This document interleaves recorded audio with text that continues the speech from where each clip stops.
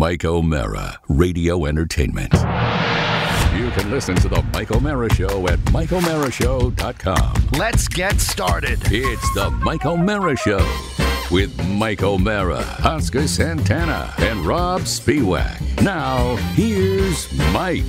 Hi, everybody. We are going to jump right into the Yak Chat because yesterday with Sarah here, and we thank her for doing that. We didn't get to finish our yaks. So, and we are very excited because we have guests in studio today to promote the fastest bartender contest. The greatest bartender in the history of the world, Mr. Billy Riley, will be joined by the one and only longtime lifer, friend of the show, and a man I consider one of my best buddies ever, Mr. James Tiberius Cerrito, who I really did not get a chance to chat with enough when I was at his fine establishment when my daughter graduated. It's really great that they're both here because what's happened is Jimmy has been able to draw Billy up. Billy is shy. And Jimmy's been able to warm him up this morning. I will tell you this, that both of these gentlemen, I urge you to take a look at them, kids. You'll see what a lifetime in the bar business does to one's face. Anyway, no, I'm kidding, of course. Google the word craggy. Craggy. They will be joining us to talk about the fastest bartender contest. But now, without further ado, we're going to pick right up from yesterday. We're going to get right into the yaks. This next bonus is entitled Dream Lady. Let's listen. Hi. I'm calling from Rochester, New York. It's 6 o'clock in the morning. Oh. And I just woke up. I had a dream about being in a casino, and I was looking around to see if they had $5 blackjack tables. That's what I would usually like to play, but casinos don't have it. What? And there was other stuff going on, but it's too hard to explain. So, okay, clear your throat. That's all that's on my mind at this time in the morning. Susan, I've had casino dreams. I have too. Thank you, Dream Lady. I've had casino dreams multiple times. In various degrees of success usually. Or is your dream about trying to find a cheap table though? No, my dream is about hitting the big one. Me too. It's unfortunate. And also, I don't think she should clear her throat. Have you ever seen the phenomenon of when they take all the rust off of an engine and it doesn't run anymore? Oh, so I'm afraid when did he get back? If she cleared her throat, she might pass. Are you ready for a guest suggestion? Yes, I love it. Don't remember it, but here's the call. Hey, Mike, Rob, Oscar. This is Dave from Pennsylvania. Hi, Dave. Hey, F that guy from the Perkins commercials. Forget that idiot. Okay. Try to get that guy who is in the insurance commercials with the big bird, with the emu. I bet that guy'd be a good guest. No, I don't want him. I don't want him. I don't like this. No. But I appreciate it. As far as the guy from Perkins, no. How many hoops did they want you to run through for this idiot? How many? I mean, really? I mean, it was, come on. We were going to give this guy a little spotlight. He doesn't get interviewed. No, come on. No. And we don't do insurance people guests. We don't do Flo. We don't do that guy with the emu. They can just get bent. Not big advertising. No. We don't do that. Although Perkins, you might say, is a pretty decent sized chain, but we don't do that. Well, he also played the president. Now, how much of this was them making you go through hoops, and how much of this was your usual deal where you get guests sometimes, but it's a struggle for you? Well, what happened is that he was into it, and his agent. All the best theatrical agents, Mike, are based in North Carolina because I spoke to his agent, and his agent said... Did he really have a southern accent? As thick as tar. And he said that they're going to look in, and Perkins said no. Perkins said no. Fine. And I followed up with Perkins, and they didn't send me anything, not even so much as a pie. Yeah, it's ridiculous. But anyway, who's next? Anybody coming in the pipeline? Any exciting guests? Yes, as a matter of fact, Jack Diamond will be joining us in studio to talk about the demise of his show and the future of his show, which should be fun. Very good. And also, we are still working out with Vern Lundquist with CBS. All right, well, that's good. And the lady, I wish there were more people that liked this Gentleman Jack the way I like Gentleman Jack. They renewed it for a second season, so work on that Saran Jones. Yes. I'm watching her other show right now because of the recommendation of a listener, which is called Dr. Foster. So I have reached out to her people, but they're all British agents, so they won't sound like they're from North Carolina. And they'll get back to you at midnight. Let's take another call on the TMOS Yak Shack. Let's listen. This says nice guy. Oh, nice guy. I hope it is. Where am I calling from? The toilet. That's where I'm calling from. I'm constipated. Oh. There's a dirty Q-tip on the floor. Oh, no! I just got laid off. Oh, and laid off. I'm sorry. I can't poop. Oh, Christ. No, I'm just kidding. F*** you, man. Whoa! Whoa! Whoa! What the heck was going on there? Who would have let that get on the air? Is that This our guy. second call from Alan Wenzel? All right, now we've gone through, this is part 2. Okay. 2 days in a row with the Yak Shack. We have a true drunk. That's what I good, put on good, this. good. Let's listen to our true drunk of the day. So, this is Bill from Fredericksburg, and this is going to 2 a.m. on a Saturday. I don't know what Saturday. But I just want to say this. What? I'm taking your challenges very, very seriously, so I am calling you while I am intoxicated. And I'm leaving a note, a reminder in my phone that I need to call you in the morning. Because, Mike, you wanted to hear a call from us in the morning. People are listening to what I asked for. Here's what you're going to get, boys. You ask, you shall receive. So this is Bill from Fredericksburg, and this is my intoxicated phone call. My I have been drinking adult beverages phone call. My hey, it's time to go to sleep phone call. So you get a little bit of both, a little bit of everything. Hopefully I call you in the morning, boys. Good night. You know what's so great about that one is that you know how different liquors and different beverages. No, different beverages give you a different feeling when you're drunk. Like a red wine is usually a very friendly drunk, but also there are different eras of your drunk, and that is he is at the exact moment where he thinks he's doing great. He really thought he was doing great. Interestingly, the next call is same different guy. Oh, good. So let's see. That usually means did he label it too? No, same different guy means that he might have called back in a different state of mind. Okay. Let's listen. Good morning. Oh, he's up again. Bill from Fredericksburg. Hi, Good morning. He's sober. Yeah. Woke up and was thinking, hey, Mike, comes to camping, dude. What? Just camping. Grow up. Go out. Go camp with your son. Your son's going to see this. He's going to see. Stop drinking. Dad's having fun. We're all having fun. We're going camping. He's going to love it. 1, 2. You're going to have fun with him. He's going to see, oh, look, outdoors is fun. Doing all this adventure is fun. Glamping, dude, that's for the ladies. I hate to, hey, wait. I mean, come on now. I'm not wrong. Can't get my wife to go camping with me. But, we'll just say. And it's not something you need to tell him that. He's still drunk. He is, yeah. I was going to say. Let's go soft, man. And you're trying to build a strong, virile young man. So take him camping. Build a character. Puts hair on his chest, even though he's only 5. It could be good for both of you. All right. So that's all I got. That's all I got. Later, guys. I'll hang up and listen. I'm very pleased that this man was drinking a lot the night before, woke up maybe still with a little alcohol in his blood, and was still thinking of us and the show. I think that's awesome. I'm pretty sure he left himself a note. It was that important. And I like the fact that he was terrific. Drunk and he was going between the word camping and camping.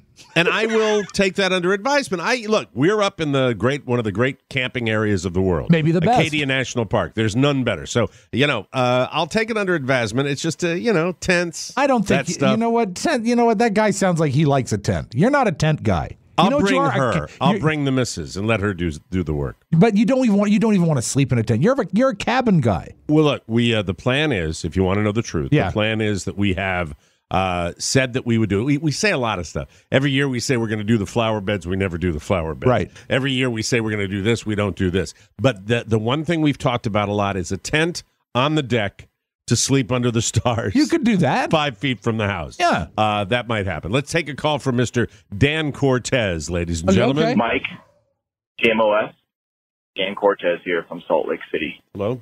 Mike, I don't know how you do it. I'm at my wit's end with these octogenarian blue hairs in this effing state. Mm-hmm. You talk about them always being an inch from your rectum. This wizened octogenarian was literally on my ass in the Kohl's checkout line in she's got to get back to her Buick hospice to get to the Blue Plate Special at I'm influencing Dan. p.m. Thank goodness, almost casket time. All I have to say. Casket time. I'm going now, lock myself in my house, and renew my TMOS bonus package. There you go. Get it. Thank you, Dan. Live it. Thank you. Breathe it. Thank you, Dan. Love the show. That's kind of channeling me. I like that. Do you like Kohl's? The store Kohl's? No, not a fan. Me neither. Not a But fan. I think if it's casket time and Kohl's sold a casket, they should spell it with a K. And it would be the Kohl's if they casket. sold it, it'd be a Tommy Hilfiger casket. Let's get to... it'd be a little too small for me. Yeah, it'd be a little cotton, cheap Tommy Hilfiger wrinkled casket. Hey, Rob, remember that great picture I was talking to you about? Yes. Yeah, it's gone. Let's. Next call says Cookie Monster. Hey, Mike. I just downloaded the Cookie Monster voice for my Waze directions. Yes. And I noticed that it doesn't sound like Cookie Monster. It sounds like your impression of George Lopez. And now I'm wondering if Cookie Monster just sounds like your impression of George Lopez. Give me a break. It got me thinking that I would love to hear you do an impression of George Lopez doing Cookie Monster. If any of you guys are still using Waze, check out the Sesame Street voice, and maybe you'll agree with me. Oh, this is Dan from Delaware. Hi, Dan. I want a cookie. Give me a break. That's right. Yum, yum. Next one says for real. Have no idea what it is. Good evening, gentlemen. This is Pat calling from Southern Virginia. Oh. You know, I've been listening to y'all for many years now. Oh, great. And, you know, honestly, I'm just calling to see if y'all can help me out. It's a fake accent. Oh, yeah, it is. I seem to run into a brick wall as far as new recipes to try in the kitchen right now. Okay. And I've always wondered, what is the recipe for Rob Spiewak's tater tot casserole?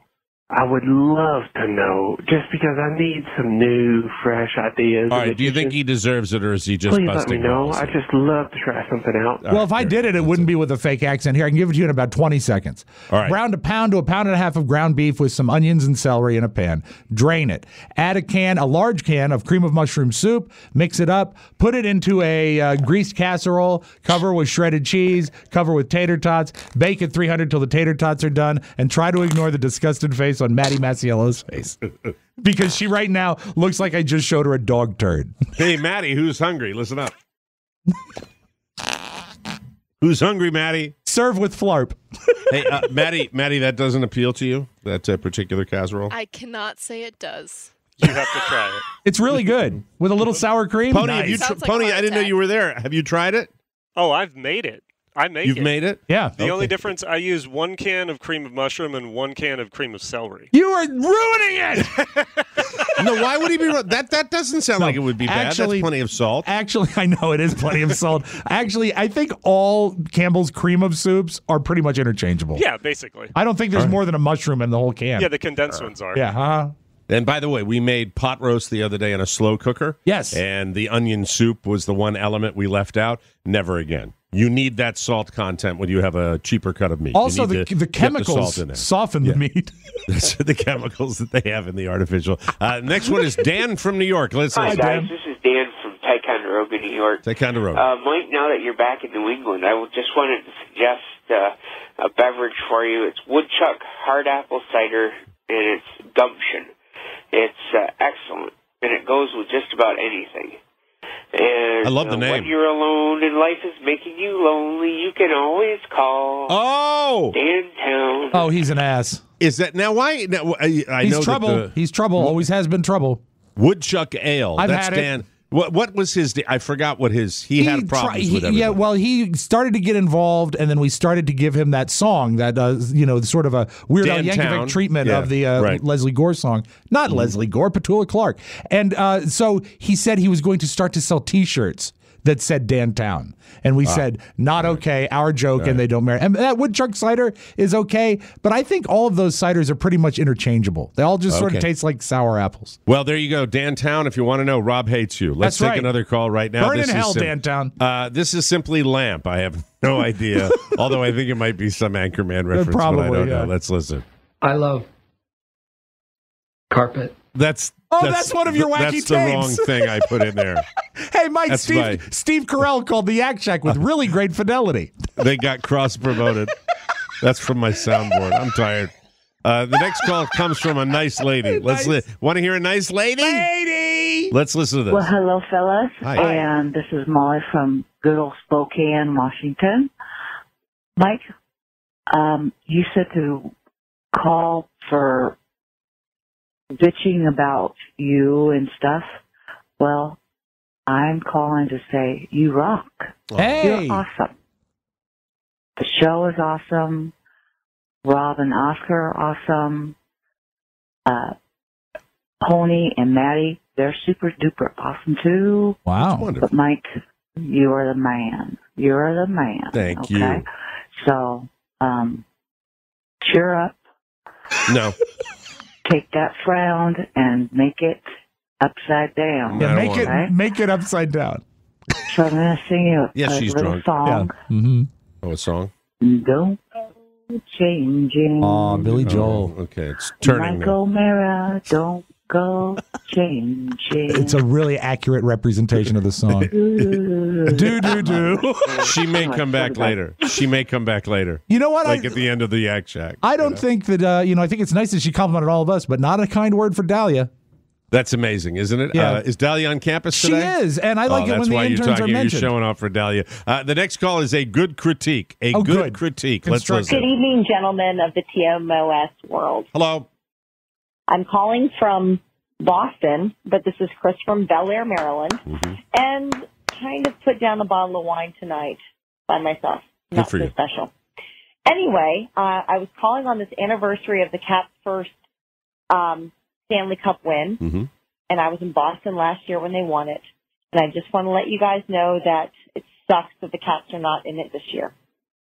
But the main reason I'm calling is because, Mike, you're saying a thing that's driving me bonkers in that when you say, I could care less, it actually means that you actually could care less. Ah, that's right. It's couldn't. Should be, I couldn't care less. Means the thing that you don't care about I get so it. minute. I get it. Let me hang up on you. I get it. I don't mean to cut you off. You're right.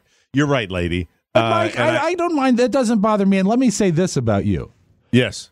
Don't go changing. Okay. I couldn't care less about either one of those statements, yours or hers. I couldn't care less. Do you find it weird that the Caps fans are celebrating the anniversary of winning a cup? Yes, I do. It's a loser activity. It is exactly what I said to my dad. It's a loser activity, okay? And that's 40 years of losing, of showing up when they were losing. You know, hey, they'll be back. They've got a good organization, as they say in Canada. And I hope the Caps come back. And there's nothing like the Stanley Cup. And congratulations to the St. Louis Blues. Hope you have a big parade and hope you have a lot of fun. This next one is about Spirit Airlines. I'm not happy because, I'm flying that out to Vegas. Yeah, it's a great I'm an idiot. It's a great organization, Mike. Here's a review. Hey, guys. It's Alex from Bel Air, Maryland. Another Bel Air. I'm really excited for the Vegas trip. My brother-in-law, Johnny Hicks, and I are coming out there. Johnny We're Hicks. really excited. I am even more excited, however, for the Tuesday show after the Vegas trip to hear about Mike's awful experience flying on Spirit Air. It is by far the worst airline that I've ever been on. So that is something I'm looking more forward to than the actual show out in Vegas. So can't wait for the Yaks to come in November. I'm going to be drinking on both flights, so don't worry about it. Wow. I hope I'm going to be drinking on the Sunday flight home. I think that's how they named the airline, isn't it? After the Spirits. Yeah. Have a nice Spirit. Yeah. We have a Wegmans call, and just a couple more left on the Yak Shack, and then we're going to get the fastest bartender dudes in here. Right. Let's go. This says Wegmans. I know you love Wegmans. Hey, guys. Tom from Frederick. Sorry about that, Rob, but there are no discounts on sandwiches for Little Robert. Wegmans does not offer any discounts to their employees on any of their merchandise. You can get a cup of coffee for $1, though, if he drinks coffee. That's about it. And we'll have an update on Robert today, right? And please don't call him Little Robert because he's now taller than me. He is good-looking kid, Thank you. Rob's got news on that front. I do. On the Wegmans front. We got two more. First one comes from an angry dad. So at Walmart, there is this one bitch who I will not show a receipt to. I won't even give her the respect or courtesy of speaking to her or acknowledging her. I have 5 kids, family of 7. I go shopping. It's a cart full of stuff. I normally go through self-checkout. You know what? I have to say, there's a lot of anger on the Yak Shack this week. I think, but you know what? It's good that they're getting it out on the Yak Shack and not in society. This is a safe outlet. Well, listen to the rest of the story. Okay. This cow of a woman has stopped me 3 different times and gone through all of my bags. She has said, and I quote, "I watched you going through self-checkout. I know you didn't ring everything up." Oh, no. So she goes through all of our stuff. Lo and behold, I did ring everything up because I'm not a goddamn thief. She's not allowed to. After the 3rd time, I'm done. I'm tired of being accused or profiled or whatever the hell you want to call it by some cow of a woman. Oh, my God, she makes me so angry. Yeah. So now I just walk on. I hear her. She's going, sir. I don't care. I don't look back. I don't care. I just walk out. I'll gladly show my receipt to any of the others. I generally don't have to, but I will. But she can lick my... Oh! Wow! Have a great day. Oh, my goodness. Wow. That's one of those on the bubble bleeps. Look, we said yesterday on the show, Carla did it. Carla said, no, thank you. You say no, thank you, and can I check your receipt? No, thank you. And keep walking. You are under no obligation there to do that. You don't sign anything to go shop in that store. That's the truth. An answer, though, for Ed Anger there that just called in. First of all, don't use self-checkout, because that probably is part of your problem. And don't just not... No, hold on. He doesn't have a problem, Rob. He can use any checkout he wants. The problem is they're not allowed to do it, and Carla has verified that because he can do all the self-checking out he wants. Now, you can't steal if you're on camera and you get caught, because I'm sure they've got more security than just the person. I think that there are overzealous people at the gate. The gatekeepers. Remember when it's supposed to be hugs are great? Walmart greeters? They're not security people. No. You're not allowed to do it. So you don't have to go through that crap. So I'm for this guy. He wants to check out anywhere he wants. All right. You say very politely to these people, no, thank you. I'll never do it again. Yeah. They will never look at my receipt. I'm not a thief. You're not looking at my stuff. It's that simple. But if he was actually accused of stealing, wouldn't that be enough to make you take your business elsewhere? I wouldn't even go back to the store. Well, I mean, if it's the convenience store, you know where they put those, but up where we are, where there's nothing else. That's the way it goes. Well, you know what? Let's have a palate cleanser. Our last call. The final call. Fitting last call, a musical number. I believe it might be the same lady calling back, but it's hard to tell. All right. But what a talent. What a talent. Let's listen. Okay, so I found the words, Mike. Oh, that's the same lady. Oh, good. Don't go changing to try and please me. You never let me down before. Don't imagine you're too familiar. Oh. And I don't see you anymore. I would not leave you in times of trouble. We never could have come this far. Yeah. I take the good times and the bad times. Whoops, I missed that one. Yeah. I'll take you just the way you are. Or Michael Mara. That's it? What? I love the accent. Mrs. Z wants candy. Shannon. Thanks, Peach. I like to snack. Well, we should have something sweet. She loves candy. Airheads, if they're sour, Sour Patch. The watermelon flavored ones, Sweet Tarts. Nerds, Black Licorice. Shannon. Good and Plenty, chocolate. A Hershey bar. Peanut butter cup. The Mary watermelon. Jane's. Bitter honey. I ate all of my favorite candies. Don't worry, Peach. You can stock up on all your favorites through the Mike O'Mara Shopping Center. Click the banner at MikeO'MaraShow.com. The best of O'Mara. We are here with Angie Goff. Let me give you the vitals on Angie. She will be, actually, the podcast started last Friday. Oh My Goff podcast. Right here at Podcast Village. Absolutely, right, Mike. 100%. And 3 episodes ready for your binge listening. including the Real Housewives of Potomac, Giselle Bryant, and Skins quarterback Alex Smith. Available on YouTube and Apple Podcasts. She's returning to Channel 5 on July 8th at 4 p.m. Eastern, co-anchoring the station's 4 p.m. newscast, the new 4 p.m. newscast, with Blake McCoy, and she will serve as co-host of Like It or Not, weeknights at 7 p.m. You like that? What is like? Tell me what Like It or Not is. What is? I was expecting a little bit more. Like it or not? Like it or not? How about a crusty laugh for Like It or Not? Like it or not? You're also on Twitter and Instagram and all that, and Facebook and all that stuff. I Like It. I have no idea what it means. I don't know what it means. Is it a game show? Well, it sounds like it. It says it's actually. I'm hosting it tonight. You can watch it online. So I know we're based out of D.C., but if you are on Fox's website, Fox 5's website, it's streamed. But Like It or Not, basically we take buzzworthy stories of the day or bizarre stories, and we do a roundtable whether or not we like it.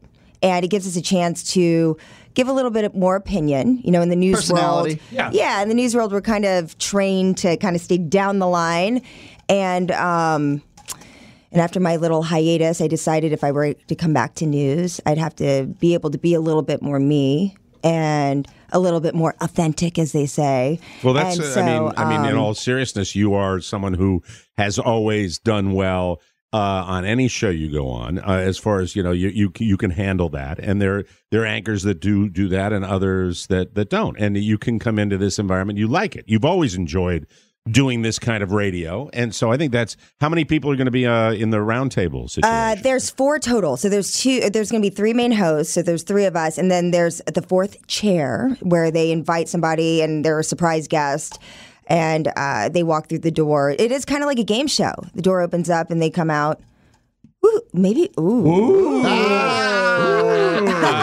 So 30-minute format, or is it 30-minute format, and so cool. I love something it's new. Really fun. It's really fun. It's different. It's doing really well. Yeah, and then the 4 p.m. show, we're going to see how that's going. We're going to do rehearsals all this week, and then kick it off when I get back from the beach on July 8th. And I'm excited about it because it's a chance for me to be able to do all the social media stuff and You were recently the 4th chair on Like It or Not. I saw you come out. Yeah. You were the surprise guest. To my guest. surprise, yes, too. to your surprise. How do you work? How is it working with that crowd? Do you like the guys on the show?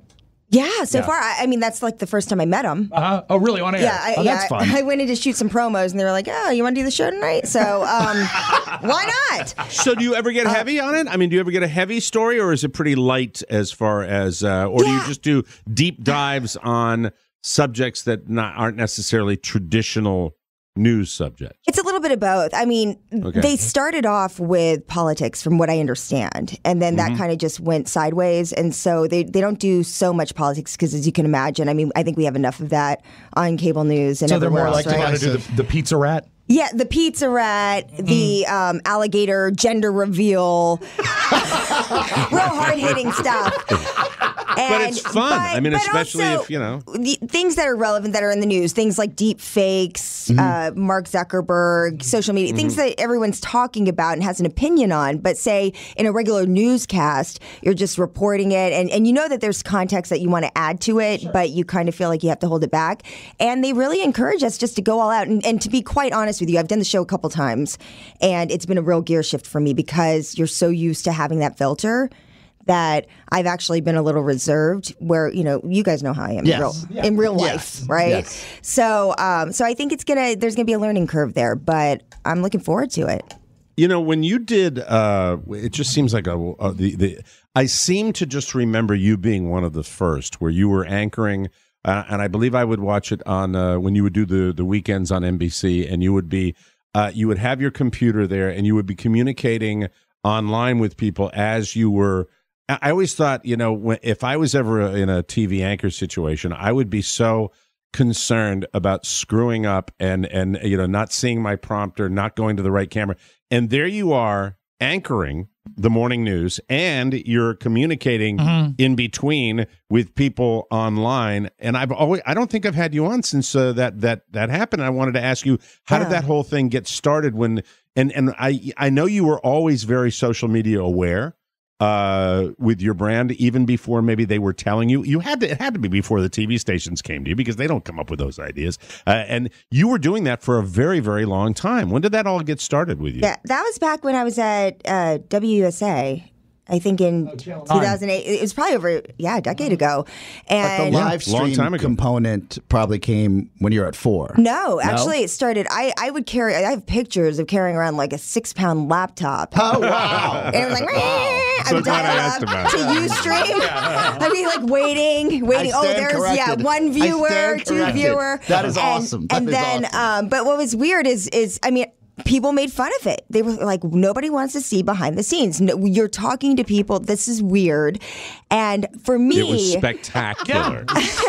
It was an outlet, because when I was working at the CBS station here, I was hired to do traffic. And because of the union rules and everything, even though I came from a news background, until I was able to break out of the traffic contract, I couldn't I can even read a news voiceover on the air without getting in trouble. Oh, wow. So for me, I was like, well, here's a loophole. It's called the internet. And so that's when I started using the internet to cultivate this community and to really start telling my own stories, and then taking viewer-generated content and through social media and turning it into my own little stories that they would put on the air, because that was my only way that I could create content and not feel like I was in the straitjacket. Wow. I didn't know that. And I didn't know that's where it came from. So that's actually where it came from. And I remember, and I tell this story, when I was doing traffic and I realized, wow, this thing called Twitter is fast. It's in real time. It's faster than our website.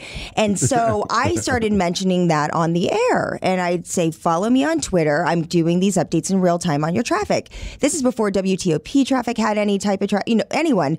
And I got called into the office by the news director and kind of got a tongue lashing in a nice way for mentioning another website on our air instead of sending everybody to our news site. And I was sitting there banging my head against the brick, basically, again, being like, no, but don't you see? And it was always a constant.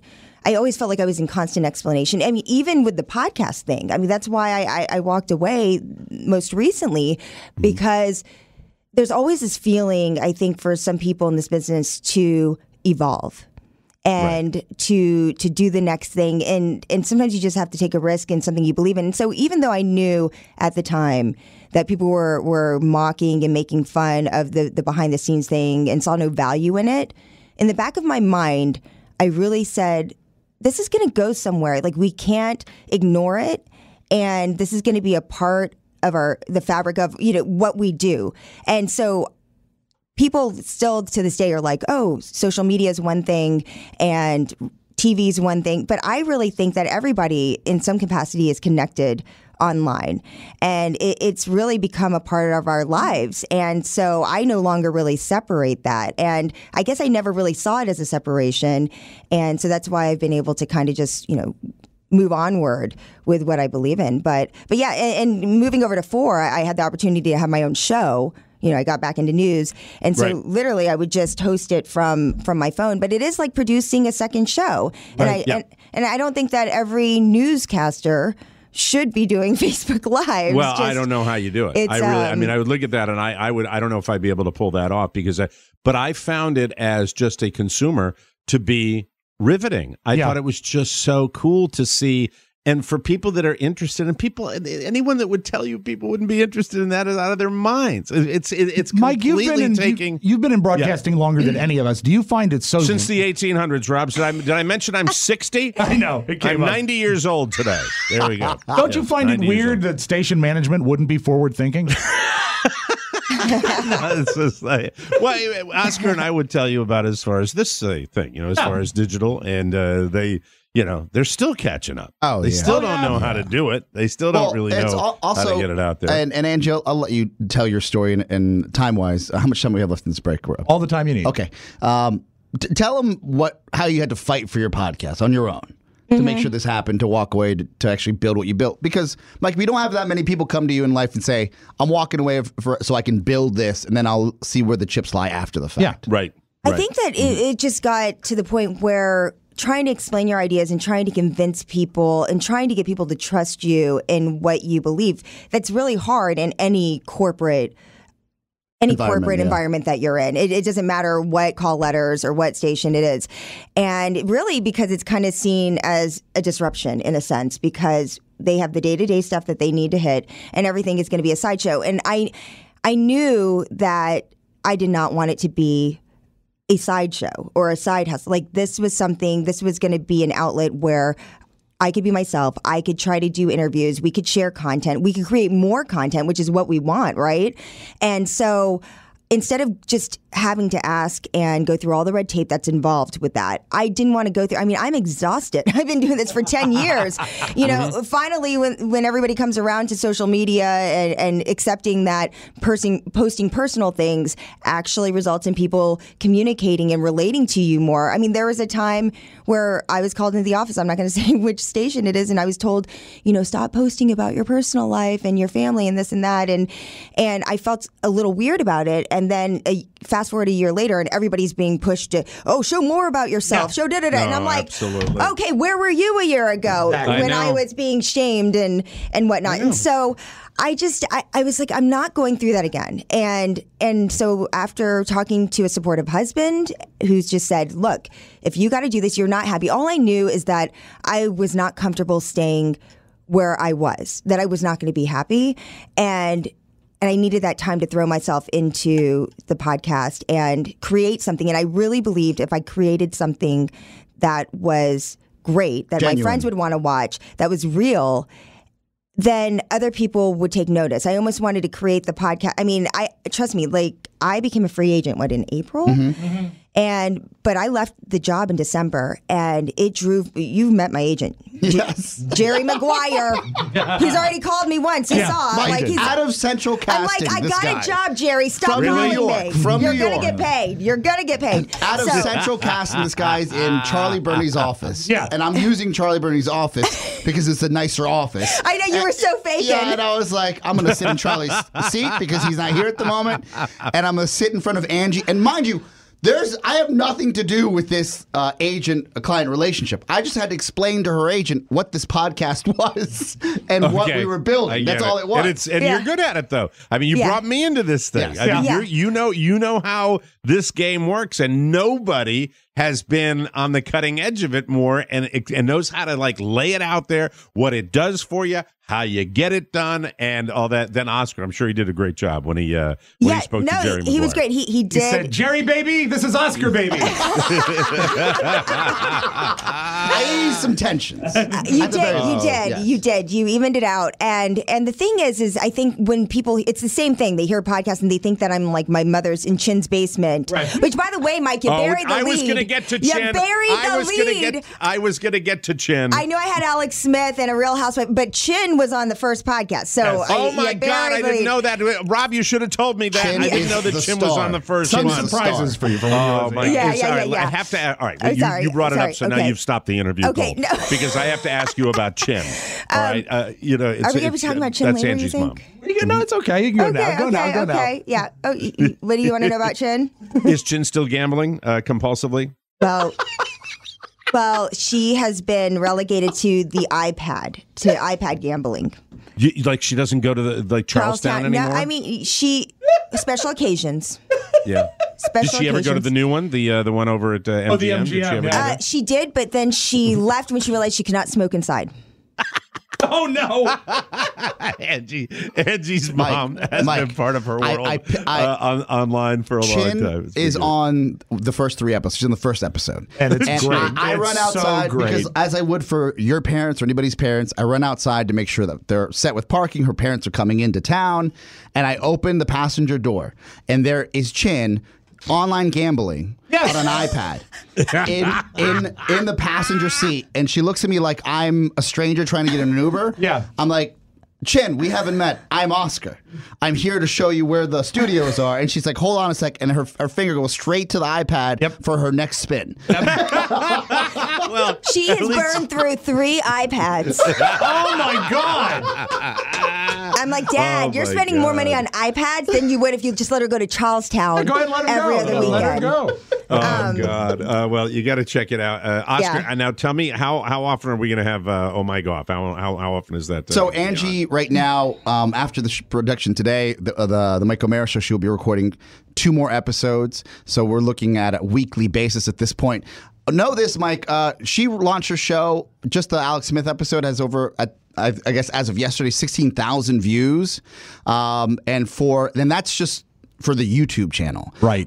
We're talking about multiple thousands more on the Apple Podcast. If you're out there and you're listening to our voices, please subscribe and give Angie a 5-star review on Apple Podcasts. It's Oh My Golf Show. You search for that, it'll come right up. Right. But more importantly, for you, Angie, the idea that she's pushed, Mike, our production team to another, I guess, level. The next level, The next level is wild because Angie says, I want to do this. And imagine this, Mike.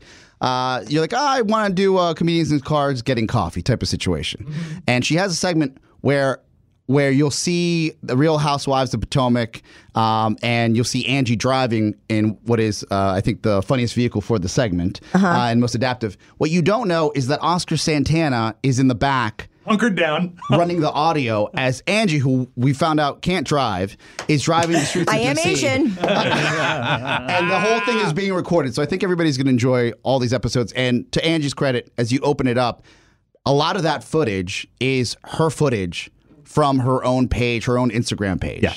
So it's pretty awesome. pretty impressive how it comes together. And I'm sure you saw the production value, Mike, on your end. It's phenomenal, and really, it's just great that you're associated with everybody over at Podcast Village. It's a wonderful, wonderful marriage from the Mike O'Mara show to this organization here, and I'm so glad you're a part of it. And I think you're going to love it as much as I do, being associated with these guys. They're awesome, and congratulations on your return to TV in DC. Even though I'm not up there anymore, it's fantastic. And everything can continue.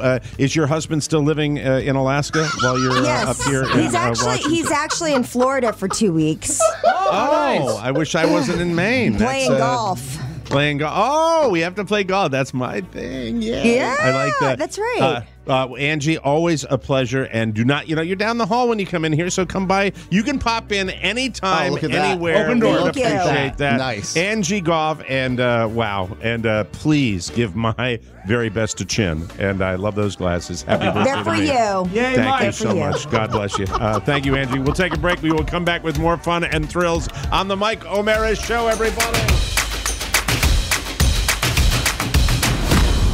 Woo!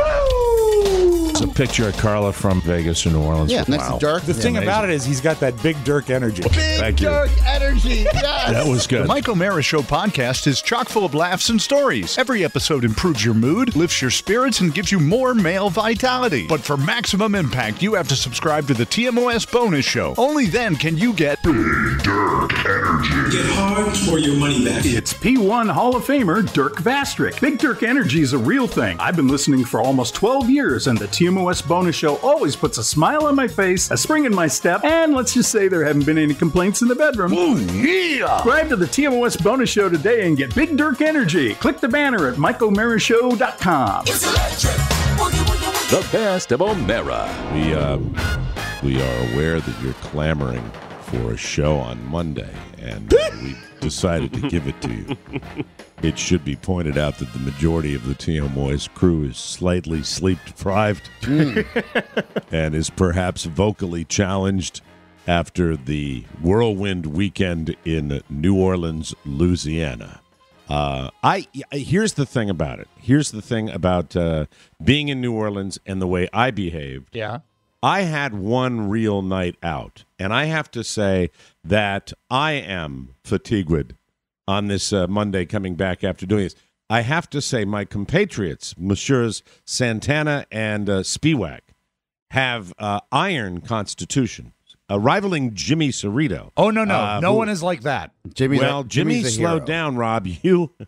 Rob, you had no off switch. I've never seen anyone, to the detriment of the show, but that's another thing. The off switch, except for No-No, and really, No-No the Clown was all I needed at that show. Great cat. All I needed at that show was No-No. But you, Rob Spiewak, I would wake up in the morning and see the 5 hours after I had been asleep of you in various poses and kissing people's heads and in different. This was Rob here. This was Rob here. This was Rob here. Well, I tell you, we did a good job on Thursday night. Thursday night was a real mind bender, and then and for me, it's important to point out. For me, Thursday night, our first night in New Orleans, I would not have roared if our former intern girl had not come in to the bar that we were watching a Zydeco band in and said to me, all the guys are across at the Cat's Meow. Cat's Meow, yes. Right across the street. And that is when my evening began, when I saw all you guys. It was so magical when you came in. But I knew if I was successful enough to avoid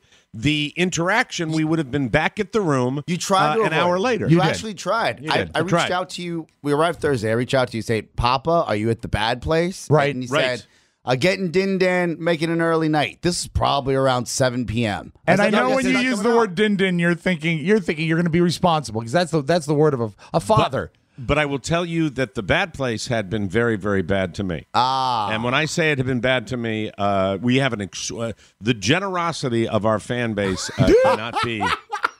cannot be disputed. It was all I could do based on my performance in the casino Thursday daytime, to put a tip jar on the stage.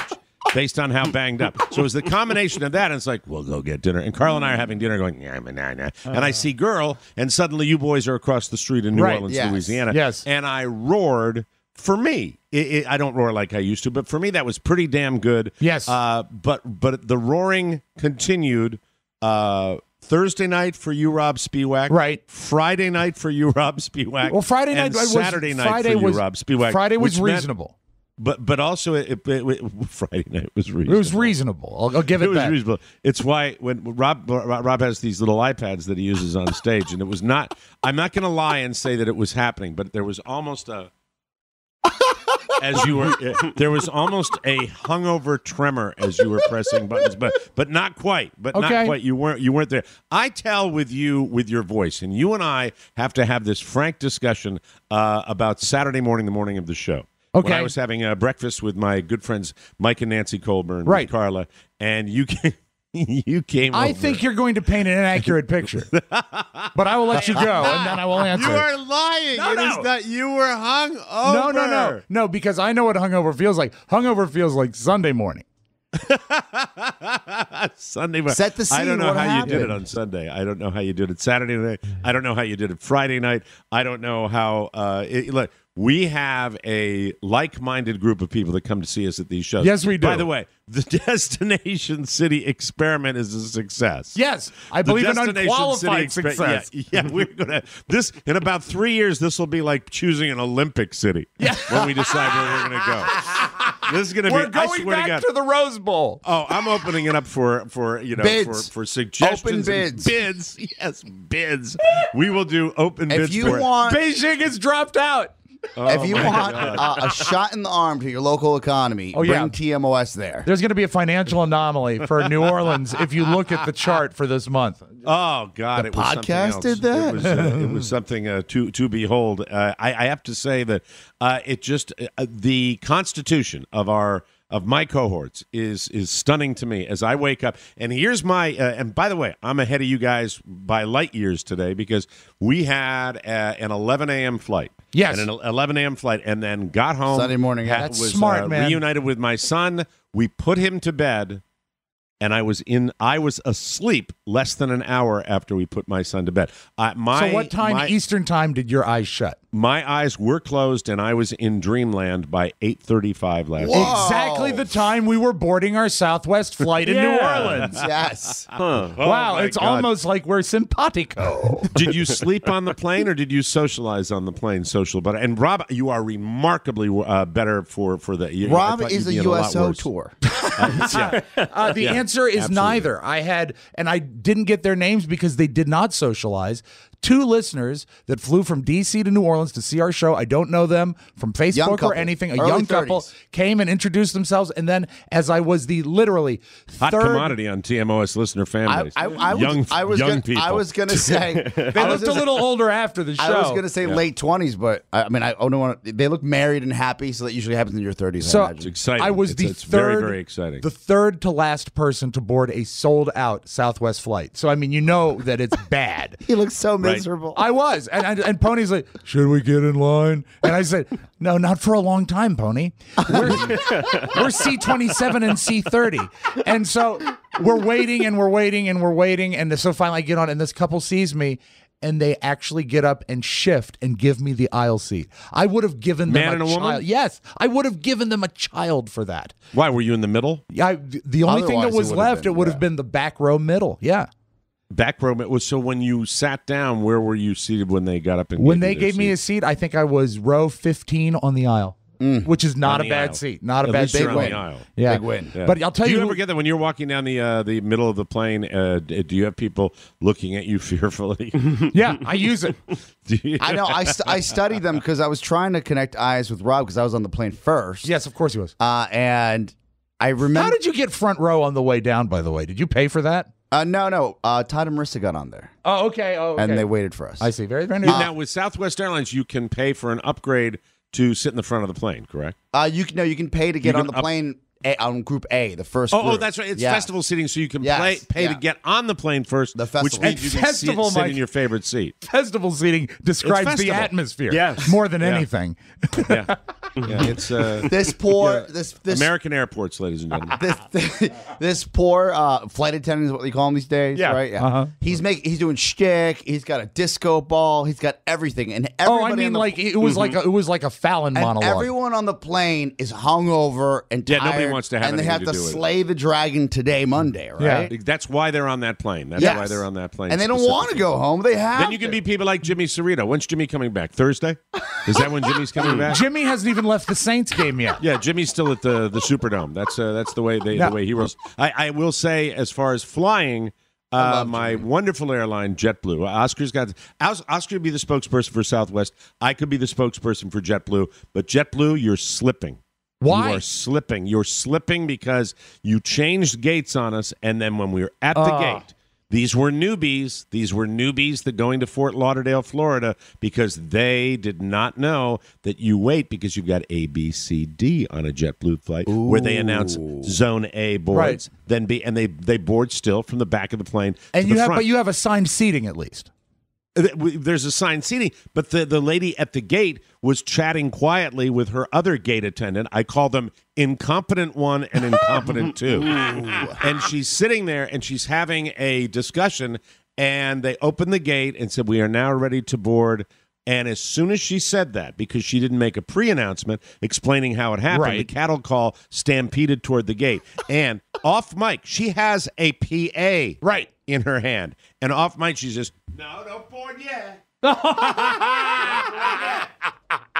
And then went back to chat, loving her power. Yes. Chatting with her. And the comment was, well, tomorrow will be a better day. And I was so tempted to say, "Not if you're the gate attendant." Oh no! Because it was very disorganized, and it didn't need to be. And this is a note to everybody at JetBlue that you're a transportation business, but you're also a communication business. Sure.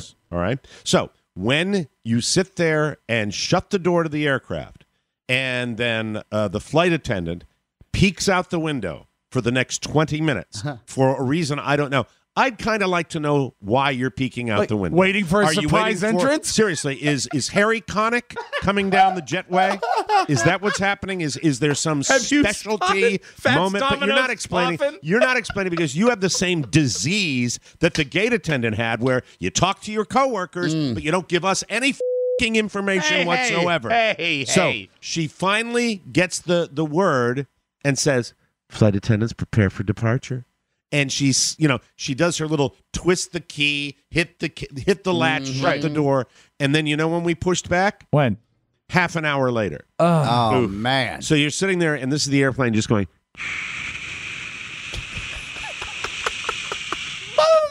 And do you think the pilot, who, by the way, was wonderful as the sidekick with the fez in Indiana Jones and the Temple of Doom.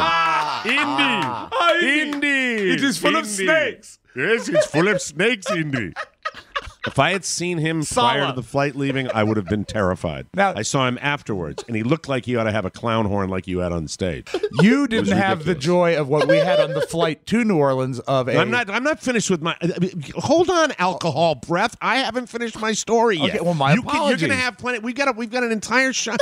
Jesus Christ, get with it. Come on, I knew I'd have a moment like that early in the show. Let me finish my rant, please, for God's sake. Okay? Yeah, I was reminded of the time I flew down. I haven't finished my story yet. So let me get this straight. You're not done yet. Not done yet. Okay. So we're sitting there for a half an hour. Not a word. Not a solitary sentence as to why. And I have flown enough, as you guys have. Mm-hmm. You know that if you get the door shut and you shut it and bam, you're about maybe 5 minutes tops away from pushback from the gate. If you don't have that, something might be up. Something might be up. It could be as minor as having somebody come on and tweak something on the plane, or it could be we've got a technical issue and you're going to have to get off the plane, which I've done before too. So I'm very frustrated. But there wasn't a word. There wasn't a single solitary word. I'm looking out the window to see what's going on. The lady next to me in the row is like doing pantomime, and she's 900 pounds, and I don't know why she's doing that. And Carla, by the way, we thought we had a third empty seat because she was late getting on. And when this woman got on, I literally heard Carla. I hear Carla go, "Oh, God, no." And listen, I'm a fat person. I don't mind fat people. Right. I respect fat people on planes. I by the way, if a fat person sits next to me or sits next to my wife, I go out of my way to be kind because I'm sure that they get dirty looks. Sure. And I would not have mind. And by the way, she smelled wonderful, and I mean that. She had perfume on that was some spectacular sweet or savory. It was. I don't know. She smelled wonderful. But then when she began doing her either talking to herself or rehearsing a speech, I don't know what she was doing, but she looked like she needed to be in an institution when she started to. But anyway, the moral of the story for JetBlue, okay, busy, always sold out JetBlue, is communicate with customers. That's what you want to know. You have to let them know. Just let them know. And by the way, the Southwest crap, I don't want your stick. I want information. Boy. Yeah, last night I felt for I want the guy. information. I told that's him. all I want. I said, you know what? That was great material, but you had a dead crowd. I hate a dead crowd. He made a tampon joke. He did. I'd heard that before. We never to be honest with you, we're spoiled rotten because we get captive audiences, and and we do when it dies for us is when we start focusing on Stephen Douglas McIntyre. That's when we should not be paying attention to him at all in a crowd, because he is what he is. Okay, a joyous, wonderful supporter of what we do. But if we focus on him when we're on stage, it's crazy. It is. By the way, note to self. Okay, no more 5-hour sound checks. I think it was... And under this, a subset, not a sound man in the world who can fix a stage monitor. Anyway, so that's... to be honest with you, we are a simple band of clowns, right? Yes. We don't require a lot. Some more than others. Too much. We ask too much of these guys. We're not. We're not the Foo Fighters. No. You can put us on stage. Just plug us in. That's it. Did we? We'll get to that in a second. That'll be my one regret for the show. I got several notes. I figured we'd have a meeting after the show, but no. I said we'll do it during the show. Oh, good. Wow. Okay, perfect. I used to be the life of the party, and so he said, that's where I put my thermometer. But then, everything changed. I couldn't laugh, feel joy. I also couldn't maintain an erection, but that's unrelated, I guess. It was horrible until I found Lexapro. Everything got good again when I subscribed to the Mike O'Mara bonus show. Listening to explicit content and hilarious insights, too raunchy for the usual show, got me out of my sad hole. Do you or a loved one suffer from chronic lack of humor in your life? Lexapro may be right for you. 4 out of 5 doctors recommend Lexapro, and the other doctor is a liar. Subscribing to the Mike O'Mara Bonus Show has been said to cure ailments like male pattern baldness, gout, moderate to severe plaque psoriasis, and will expand your life by 40 plus years. Subscribing to the Bonus Show is the single best thing you can do for your mental health. So do it today. Do it. Do it. Do it. Do it. Do it. Do it now. Do it. And I promise to never talk about my sad hole ever again. The best of O'Mara. Oscar, you were the only person that got to see Gonzaga against the UCLA Bruins. Are they known as the Zags? No, they're the Bulldogs before we get all the letters. The Bulldogs. Yeah, the you Bulldogs. knew that. Yes. We all knew that. And Pony picked them, remember. Well, yeah, they're local. That's right. Idiot. But he did pick Gonzaga. Yeah, he number did. one versus number one. Yeah. Yeah, Oh, okay. You can't go Number wrong. one versus the other For one. the final, it's going to be, it's going to be the Baylor versus Gonzaga. That's tonight if you're listening on Monday, 9 p.m. I watched a little of the Baylor game, and they did look like a professional team. Yeah. I mean, Baylor was so dominant. It's going to be hard for Gonzaga to get by them, but Gonzaga looked good, too. You were telling me it's one of the best college games you've seen. Yeah, one of the best finishes to a tournament game that I've seen in some time. And I'll tell you why. The fact that UCLA was 11 and Gonzaga was 1, you root for the underdog. I am torn because we have friends and family that love Gonzaga, and so then you want to root for the listeners as well. So you're like, all right. But what really drives me nuts and will sway me to your team, Dogs, Mike, is when you have a 15-year-old next to you that really loves UCLA so much for no reason other than being from the Los Angeles area. He's local, yeah. He's local. But is this Luca? Luca. He talked throughout the entire game, which I'm fine with to a certain extent if you're talking about the game. But if is he into basketball? Oh, he loves it. Yeah. But he's complaining about every commercial. Every commercial. In what way? Why? To the point where like, another commercial. Why would they? He wants to see his sports. I get it. I get it. But then his father, because his father is, his father says, hey, you're complaining about everything. The game is tight. I get you're animated about this. He's super into it. Getting a little over the top when you have like 6 people sitting there and you're like, no, come on, which we're fine by. Bring him over to the negative house. Okay, I'll embrace him. Make him a Giants fan, and he can come sit with me. A Red Sox fan. And he can live, and I get what he's doing. It's like, oh my God, another. When you're into a basketball game and they do 45 timeouts in the last 40 seconds. We're on the same page. And I was as animated with him until it got a little over the top, and he was flopping on the couch, throwing himself everywhere like a kid would. Yeah. So then I said, you know I like Luca more now. I think I'm a Gonzaga. Don't even know him. I think I'm a Gonzaga fan. So I flip-flopped in the middle of the game. Awesome. So you decided because he was being so obnoxious that you would be now I got to troll. Now I got to troll. Yeah, you got to be the anti. Troll my own nephew. He's the anti-Luca. Because he was all right. That tells me, because this is how Oscar works, that he was really pissing you off by his negativity. So you decided to flip it on him and make him really to the point. It all started off with him saying that the dynamic viewing experience, which is for the TV my mom has, dulls the colors of the jerseys.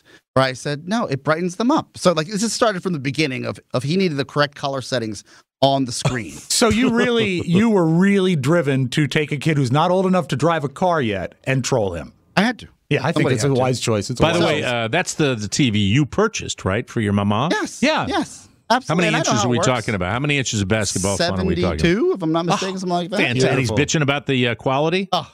So he's like, this is not top of the line LG. I said, well, no. But did he really say that? Something like that. Yeah, there are different tiers. No, he lives in a mansion on a peninsula. God bless him. Mike, if I got this right, if I get this right, Oscar, it was an overtime tied at 90 with 1 second left, right? Yes. All right, I want to play you a few clips here, Mike. The first one is from CBS. Jim Nantz almost loses it. That's how exciting it was. Followed by Jim Nantz, we have ESPN, then Russia, then Westwood won Spanish. This is all 4 calls of the same end of the game, okay? Ties it with 3. Gonzaga has time to do something. Suggs for the win. Oh, yes! Oh, yes! Unbelievable! Unbelievable! The perfect season remains on go. Are you? Oh, my God. There is. There are onions, Jim, and then there are major onions. Gonzaga. ESPN. Hold on. Can you stop it for a second, please? Of course. There are onions? What did he say? There are onions because he had tears in his eyes because he was so excited. Oh. Okay, go ahead. Yeah, maybe not the best choice of words. The Saga season's still on go. Yeah, you're not. That's not Vern Lundquist territory. It was Sorry. unexpected. It was very unexpected. Okay, yes. I do think Oscar's right that Jim Nantz had to stray from the script. And Gonzaga, that's a bingo.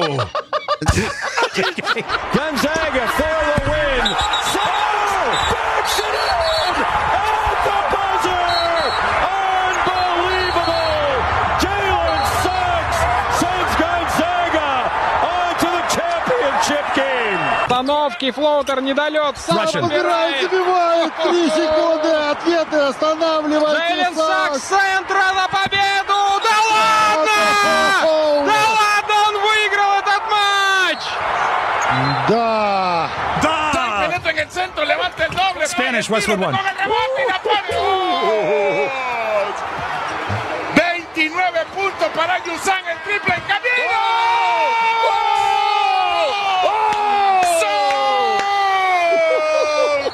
That's why we need sports people. Llegaron las 12 para la Cenicienta. And Mike, the undefeated season is a go.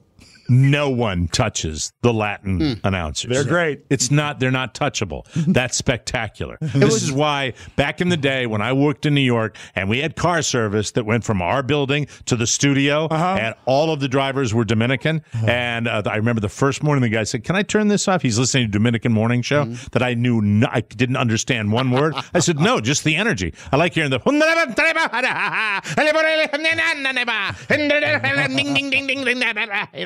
That's but the season is on go. The undefeated season is go. Still a go.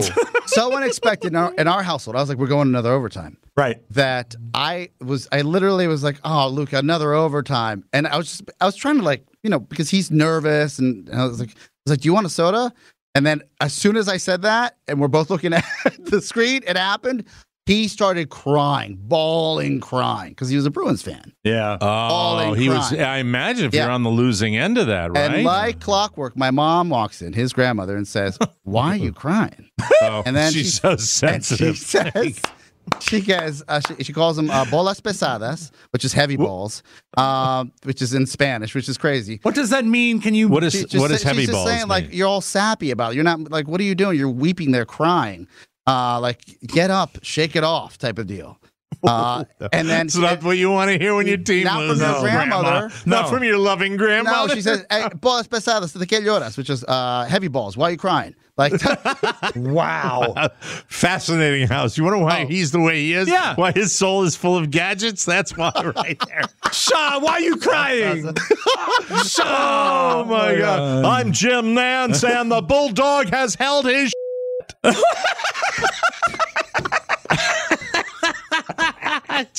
Can you play the beginning of it again? Of course. I want to hear what Nantz says again because it's just not because he's not prepared. Ties it with 3.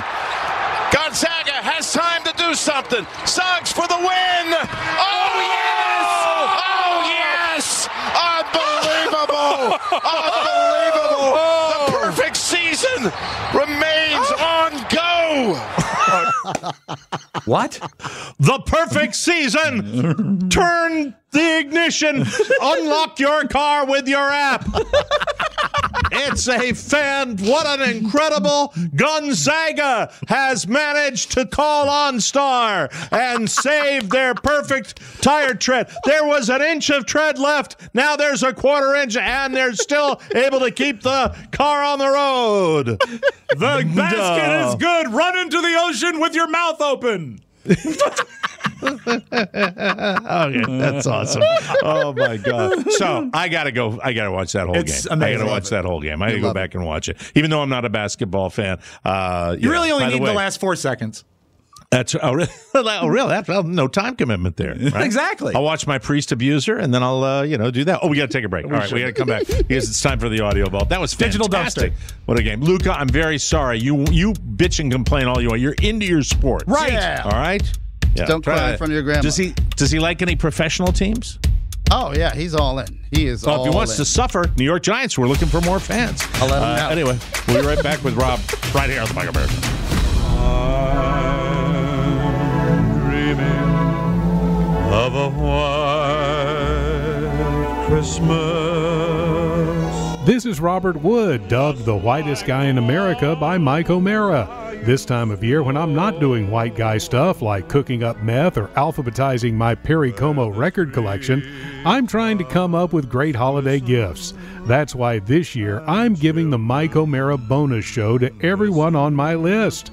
They'll laugh all year long, and I'll have the satisfaction of knowing that Mike, Rob, and Oscar will have a happy new year. So give the bonus show. It's easy. Just go to MikeO'MaraShow.com. The best of O'Mara. News. Boo. You know what? What? Every day this week, I have had that happen during a spot, and that didn't happen for about 5 years. What's that? So, I hate it. I'm a pro. I don't like that. That pisses me off. You remember, we've had people on this show. Remember when it used to happen all the time? Oh, yeah. It, to me, is the height of unprofessionalism. If you've got that happening, be aware of it and go, bleh, like that. Thank you. I didn't have a mute button. Thank you. Hockey, St. Louis Blues. Watched this all night last night. They won the Stanley Cup after beating the Boston Bruins 4-1 in Game 7. It is the first Stanley Cup for the Blues in their 51-year history. Congratulations to the St. Louis Blues. Huge. Warner, you want to throw it to the videotape? Oh, let's do. Do you have the Doc? You got Doc Emmerich? I've got the call from NBC, I believe. Here we go. Okay. 10 seconds to go. The longest wait for a first title any team in this league has had. For the first time in their history, the St. Louis Blues are the Stanley Cup champions. And the reaction from the Enterprise Center. 18,500. A lot of Blues fans there. Yeah. Raining earlier. I get the impression they have a lot of adopted fans. Because St. Louis is not a huge market, but I think they have a lot of fans around the country. A long time. They're the oldest team still in the league that had never won the Stanley Cup. I didn't know that. To me, look, if you don't have a dog in the fight and you got a person that hasn't been in it for a while, and I'm a New Englander, I grew up a Bruins fan, and I know the deal. But I have to also say this: for the people that hit the exits in the Garden last night, that were rolling out of there when it became obvious that they were going to go down, to defeat.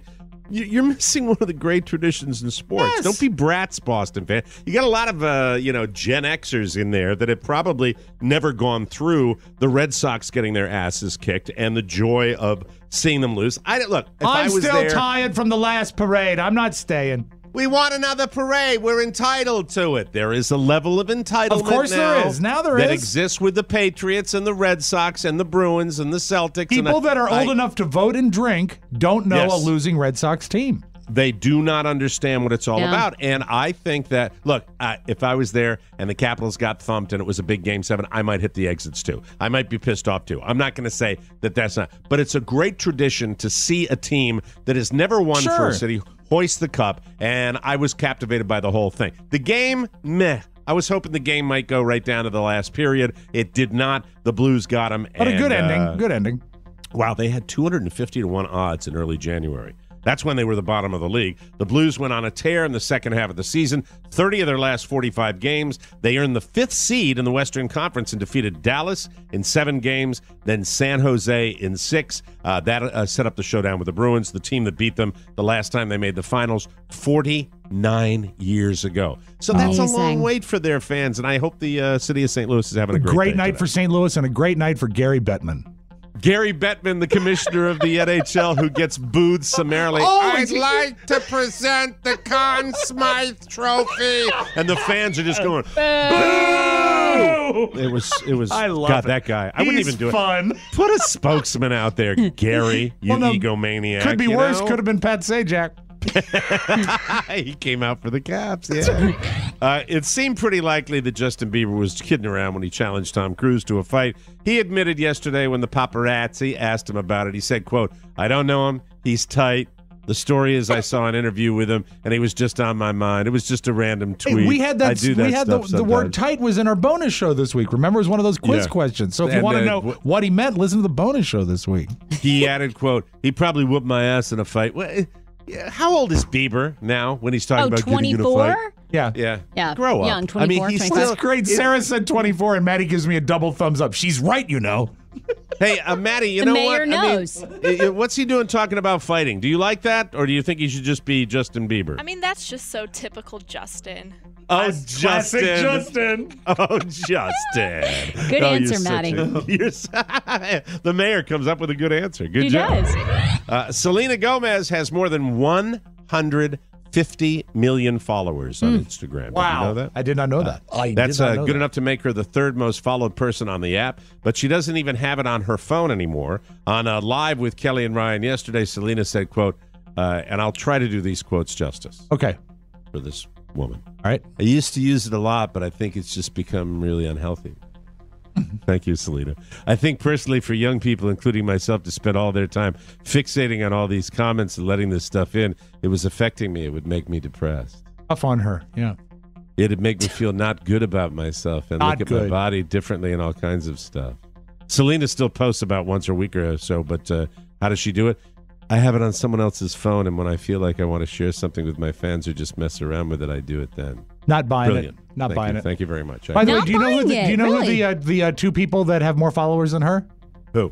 Kim Kardashian and Doreen Gensler. Two people. There you go. TV lady. You're a TV lady, Sarah. You've been on Oh, the God, TV. I have. Does Doreen Gensler even have an Instagram account? She doesn't have a cell phone. Do you do the Instagram for Faye Phrase? I do. Our business is very dependent upon it. Yeah. But I understand what she's saying. I think you have to have a balance. I think you also have to realize that the way people behave on social media is different than in real life. You know, I use it strictly as a business thing, and I do think about, like, whatever you put out there, people are going to have good, bad comments. It's fine. I just posted an engagement picture, for example, of my fiance and myself, and someone wrote, you know, you always talk on your podcast how Dan, who's my fiance, is, like, so thin. Well, I'm looking at him, and he doesn't look all that thin. Like, it just, like, whatever. Like, Did he have to get his ring changed? No, he doesn't even have one yet. But Mike, his now belt at the size point, is a 5. I don't care what people say. But she's in another category. I mean, like, literally, no matter what that girl does, like, I mean, she just puts out a picture of herself, and people are like, oh, you're ugly. You know, she can't win. People can be cruel. I stopped doing it after I posted a picture of myself washing the car naked. It didn't go over as well. I remember. I liked it. I clicked like. It was embarrassing. It was terrible. Green Giant just released the results of its annual survey. This is a surprise. That's why I'm putting this on news you may not need. Most popular vegetables in America. And the winner won in a landslide. Really? Ooh, all right. Any guesses?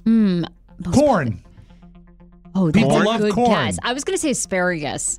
I don't see asparagus, but Rob Spiewak came in second with corn. Hey, see, and that's why, because corn's not really a vegetable. It's a starch, and we're a fat country. This is true. Yeah, so it's not really a veg. Exactly, right. Number one, broccoli. Really? Broccoli. I can see that. I'm Why shocked. now? I'm shocked at that. Because of availability. Ease, that crap availability, vegetable is so and you know, available. hey, put cheese on it. That it's, you know, I'm sorry, Sarah, I was wrong. Asparagus did there. Alaska picked asparagus. Oh, there you go. Montana picked cauliflower. Arkansas picked potatoes. And Idaho didn't even pick potatoes. They went for broccoli. Really? Broccoli, the winner in a landslide. Brussels sprouts anywhere on the list? I didn't see him. And I hate him. We need to bring them around. Good stuff. According to a new study, we ingest so much plastic, it's the equivalent of eating an entire credit card every week. I read How do you that. take it in? In everything, in Himalayan sea salt. That's it's right. in everything. That's right. Apparently, Oh, plastic here it is. The main sources delivering the plastic into our bodies are water, shellfish, beer, Rob Spiewak. What? And I swear to God, salt. Yeah, so you're salt. correct. Salt. That's what they said. And I love salt. It's even worse because last week I saw our intern Johnny actually eat a credit card. So it's even bad. It's even bad that I way. want to tell you. Well, is it safe? Maybe. It doesn't seem like it's making all of us sick, but it can't be great. How does one? So it's just total tiny particles. Like of it in the, particulates, I imagine. Yeah, and That's also salt nasty. comes in a but plastic I container. hate when they do this, though. Okay, so we ingest that, but how much do we, like, poop out? You know what I'm saying? Like, how much is coming in, how much is going out? Like, is half the credit card going out? Is, like, 7, you know? All I saw was the chip. Like, how much are we retaining? Because that's all I want to get. Well, Okay. if you're wondering that, what Sarah just suggested, get a stick. Get a stick. Okay, go through it with a stick. Always funny to go and go.